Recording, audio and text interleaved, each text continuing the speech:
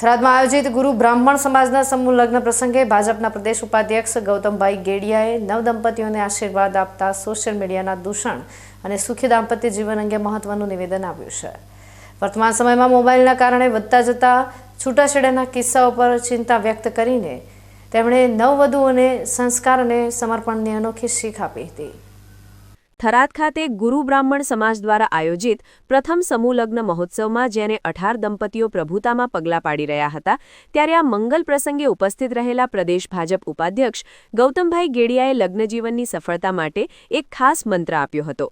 તેમણે પોતાના વક્તવ્યમાં જણાવ્યું હતું કે આજના સમયમાં મોબાઈલનો અતિરેક અને સોશિયલ મીડિયાના વળગણને કારણે અનેક પરિવારોમાં તિરાડ પડી રહી છે અને છૂટાછેડાના બનાવો વધી રહ્યા છે।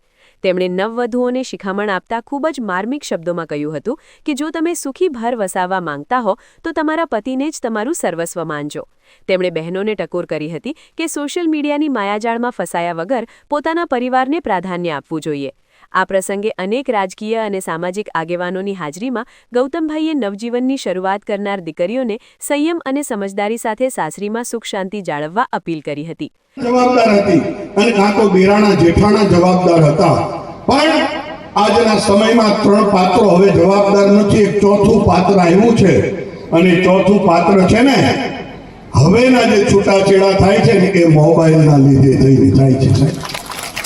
મોબાઈલના લીધે થઈને થાય છે। તો મારી બહેનો જે પ્રભુતામાં પગલાં પાડીને એના સ્વગૃહે જઈ રહી છે, તમે મોબાઈલનો ઉપયોગ કરતા હોય તો ફેસબુક મારો ઘરવાળો જે છે ને એ જ આજથી મારું ફેસબુક છે સાહેબ, એ જ મારું ટ્વિટર છે, એ જ મારું ઇન્સ્ટાગ્રામ છે, એ જ મારું વોટ્સએપ છે। આ ભાવ સાથે તમે તમારા સ્વગૃહે ખૂબ સુખી થાવ એવી પ્રાર્થના। અને સાહેબ અમારે ત્યાં સૌરાષ્ટ્રની અંદર દીકરી વિદાય થાય ને। ગૌતમભાઈ ગેડિયાનું આ નિવેદન હાલના સોશિયલ મીડિયાના યુગમાં ભટકતા યુવાધન અને તૂટતા પરિવારો માટે એક આંખ ઉઘાડનારો સંદેશ બની રહ્યું છે। લગ્ન પ્રસંગે અપાયેલી આ શિખામણની અત્યારે સમગ્ર પંથકમાં ભારે ચર્ચા થઈ રહી છે।